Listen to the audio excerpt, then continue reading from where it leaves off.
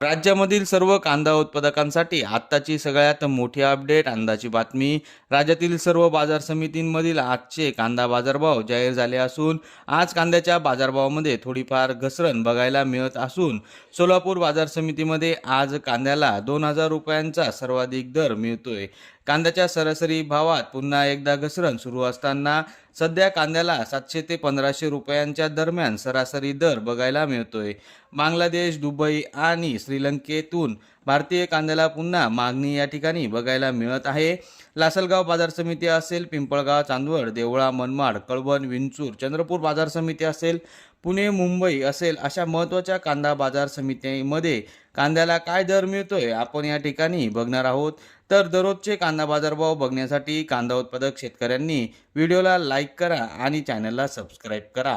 सोलापूर कृषी उत्पन्न बाजार समितीमध्ये लाल कांद्याची आवक 48,026 क्विंटलची बघायला मिळत आहे। लाल कांद्याला बाजारभाव कमीत कमी दर 100 रुपये, जास्तीत जास्त दर 2000 रुपये, सर्वसाधारण दर 700 रुपये।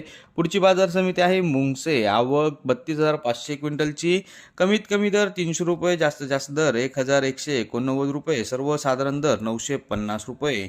पुढची बाजार समिती आहे सिन्नर, आवक 4925 क्विंटलची, कमीत कमी दर 500 रुपये, जास्तीत जास्त दर 1091 रुपये, सर्वसाधारण दर 900 रुपये। पुढची बाजार समिती आहे रावरी वांबोरी, आवक 4718 क्विंटलची, कमीत कमी दर 100 रुपये, जास्तीत जास्त दर 1500 रुपये, सर्वसाधारण दर 900 रुपये।